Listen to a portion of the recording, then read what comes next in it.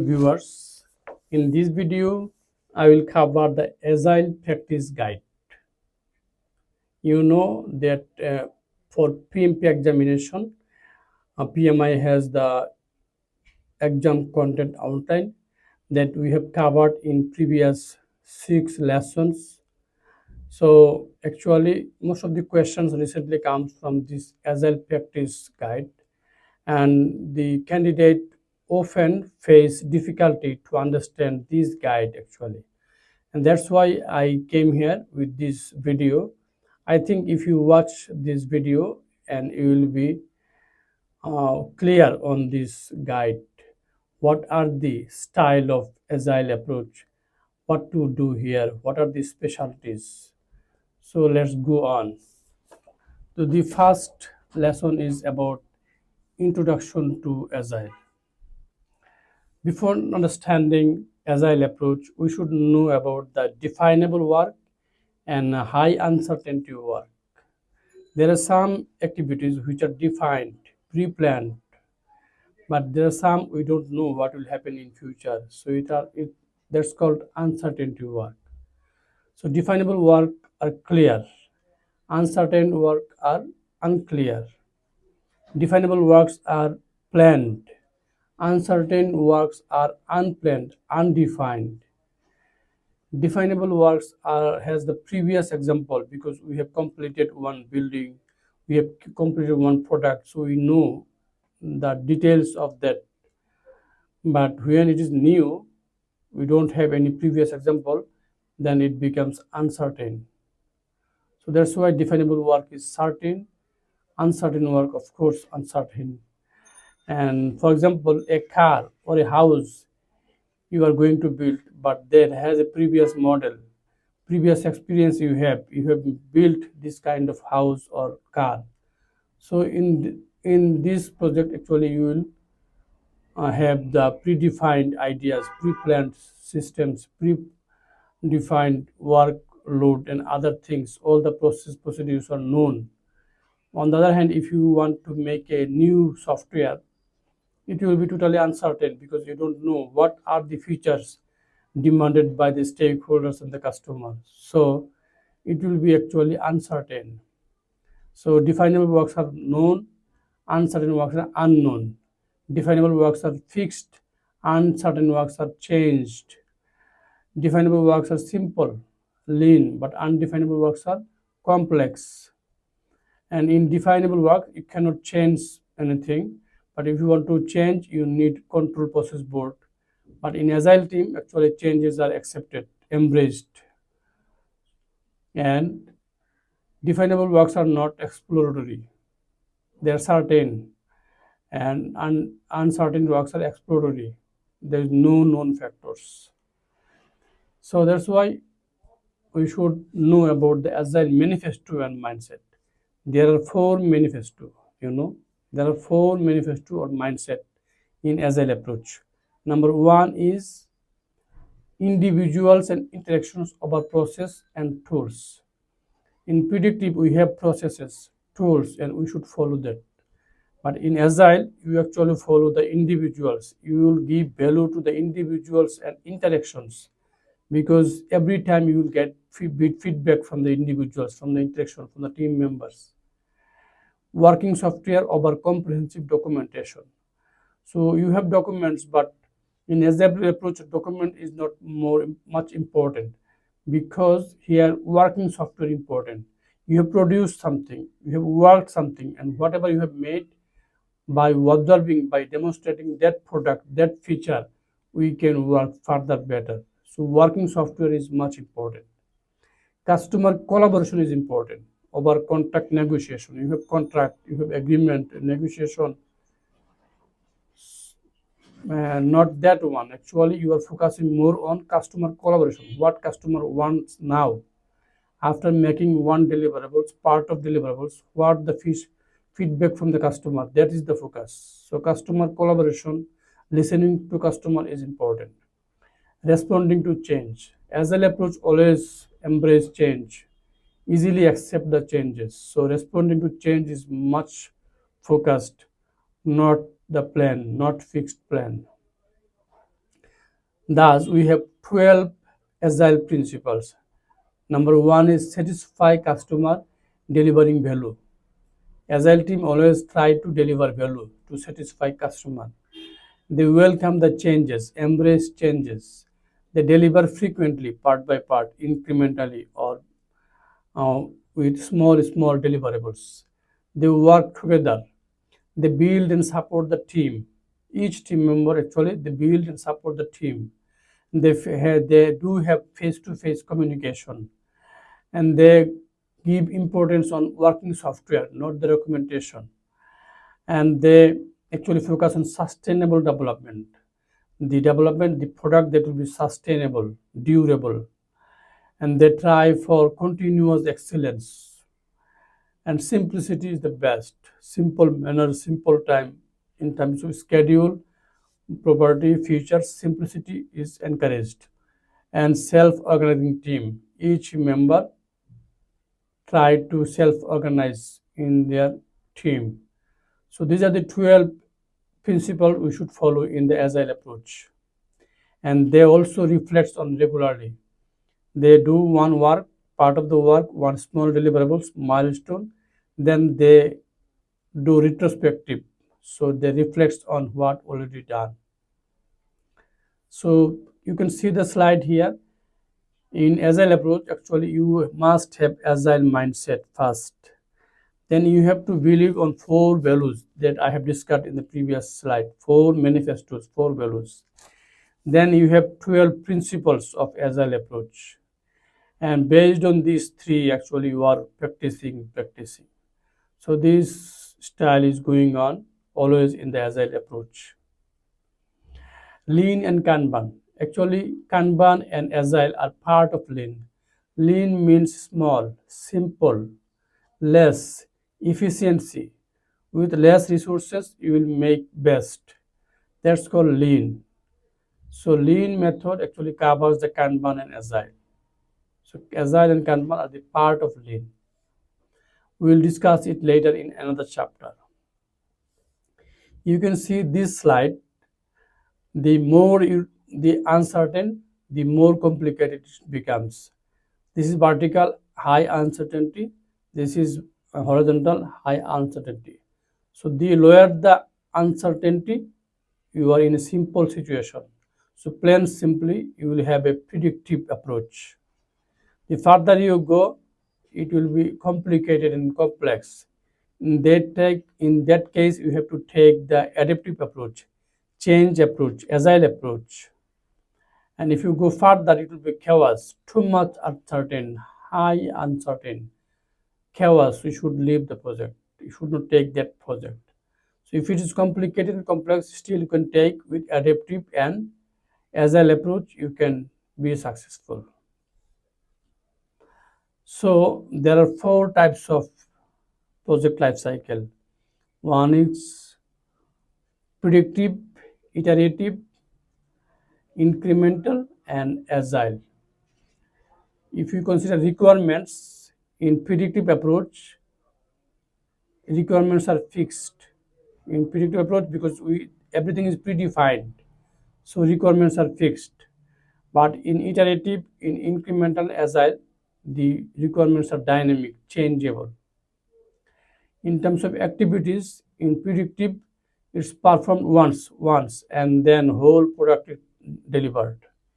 But in iterative, actually it is repeated, and then correction is done. In incremental, it's repeated after a specific time, after a specific milestone. And if it is agile, actually repeatedly, and after correction again repeated, making improvement again repeated, so it will be repeated activities. In terms of delivery, in predictive, they have single delivery. In iterative, they also have single delivery, but small size. In incremental, they give delivery incrementally. Like if you have 7th floor building, you are delivering first floor, then second floor, then third floor. That's called incremental. And in agile, you have frequent and small delivery that we call agile. So mix of these two call agile approach. What is the goal? In predictive, goal is to manage cost. In iterative, the goal is to correction. And in incremental, the goal is to speed, small delivery with speed. And in agile, actually, you are making correction and you are giving small deliveries with cadence. So this is the difference between these four approaches. In this figure, you can understand it better. If degree of change is low and the frequency of delivery also low, that means it's predictive. So no frequency of delivery, only one delivery, and no degree of change. That's called predictive approach. The frequency of delivery if increases, but the degree of change is normal or low, it's called incremental. So you are not changing, but delivering is frequently, it's called incremental, high. But if you have degree of change, huge correction, changes are done, but no incremental, not frequency of delivery, that we call iterative. But if you combine both this one and that one, this one high, frequency of delivery high, and the degree of change is high, then actually it's agile approach. So agile actually is the combination of incremental and iterative features. So what are the characteristics of predictive life cycle? In predictive life cycle, actually we have a stable team and we face low risk because we know everything. We follow a serial manner. Sequentially, everything is implemented. We have a detailed plan and changes are restricted. Change can be done through the change control board, but it's restricted. And there is a monitor and controlling system in the changes. And in predictive approach, actually we often do not provide value before the end.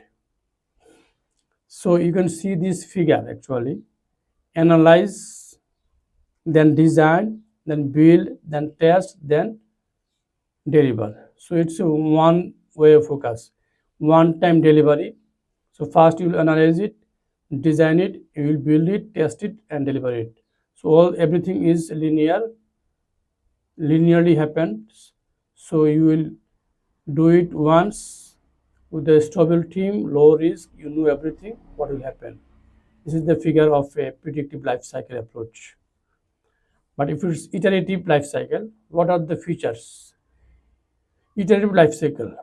So there will be a successive prototype. You will make a small prototype, then give the feedback and make again improvement and show them, demonstrate them, and again improvement. So until it is finished, until it satisfies the customer, you will change it. So team insights are appreciated. Team members give insights. Stakeholder feedbacks are embraced in each of the iteration, in each sprint, in each deliverables. So new information and inputs are repeatedly taken. And there will be time boxing, like 1 week, 2 week, 3 weeks, like that. And iteration reduces uncertainty because you are taking feedback in each iteration. That's why uncertainty is reduced. So this is the figure of an iterative life cycle. First, you will analyze, you will make a design to deliver, and you will get the feedback. If it is not satisfied, so we are doing it again and again. You will make a prototype and give it, get the feedback, add the new feature as per the feedback, and again give it. So this will be a cycle, again and again it will go on. Then make it, test it, and do it until it is right, until it is accepted by the customer. So then it deliver. So with each iteration, each part or each deliverables, you are actually repeating it, embracing, having the opinions of the customer in and putting all the features in the product. Then you are repeating it until the customer is satisfied. That's why it's called iterative life cycle. Incremental life cycle. It focused on the speed of delivery. Whatever you have made, you can deliver. So you are going to make a 7th floor building, first floor ready, you are delivering it. So taking information and second floor ready, you are delivering like this way. So cannot afford to wait for whole completion. You are delivering part by part. Receive subset of solutions.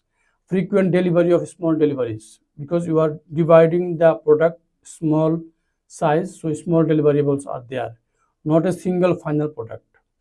Fast delivery as soon as possible, 1 to few weeks. Then have the opinion and second one, then third one, like that one. So may deviate from initial vision, because you will get many feedbacks. So may deviate from initial vision. Customer gets value sooner, because it's the speed delivery. The sooner the customer get the value. One finished floor or building is the example. So analyze, design, build, test, and deliver. Then you will get some feedback. Again, analyze, design, build, and deliver. So you have delivered already, but you will get some new feedback. Again, analyze, deliver, design, build, test, and deliver. So in this manner, actually, incrementally it is happening. And what is the agile life cycle? The combination of two. When you combine agile and when you combine incremental and iterative, it's called agile. So changes and feedbacks are embraced here. Both incremental and iterative accepted. There will be time box iteration, 1 week or 2 weeks for delivering completed features. And get the feedback and input them. Again, get the feedback, input them. The team tries to finish each next feature. Team pulls feature from backlog as capacity. You have the feature stories in the backlog, so add them in the product and give deliver. Again, you have backlog, add the feature in the product and deliver. So determine an appropriate schedule to review. So with 2 or 3 weeks iteration, you can do it. Fulfill the agile manifesto. Customer satisfaction should be there. Customer satisfaction is the main motto actually. And early and continuous delivery, as early as possible, and continuous delivery is emphasized. High degrees of change and project value. The focus is value of the project. Focus is satisfying customers. So degree of change is high here. So you can see these two figures. One is iteration based agile. Here actually you are having the requirements, analyze them, design them, build and test. You are doing it again and again, each iteration, and by this you can deliver. This is called iteration based agile. Another is flow based agile, because one part is done but it's work in process. So again, after that you are doing this one, work in process, and then you are doing again, adding the requirements, design, build and test. So working process is going on.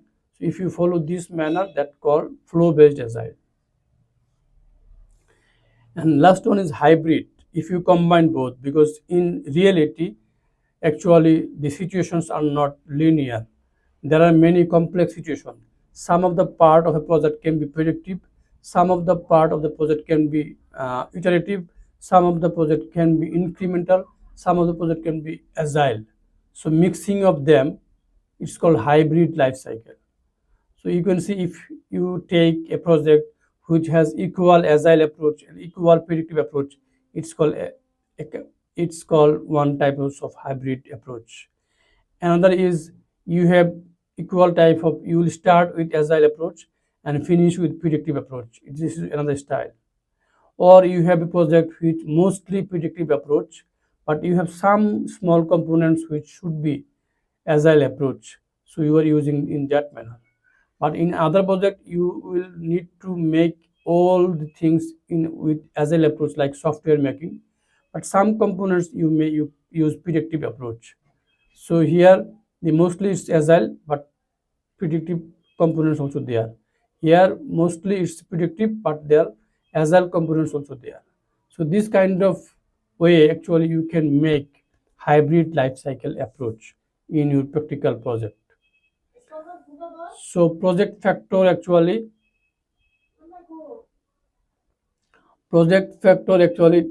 depend on how you tailor. You will want to make it hybrid approach. So making hybrid approach, actually you should consider the project factor, then tailor your option. How much predictive you will take, how much iterative you will take, how much incremental you will take, depend on. So you have to tailor it. For example, number one, if you have demand pattern like steady or sporadic, if it is steady, you will take more predictive. If it is sporadic, you will take iterative. And see the rate of process improvement required by the level of team experience. So it depends on the team experience. If team is experienced, you can give them the iterative process. The flow of work is often interpreted by the various delays or impediments. How much impediments are there? Depending on the impediments, your options will be changed. The quality of the product, if you focus on more on quality, then your options will be different.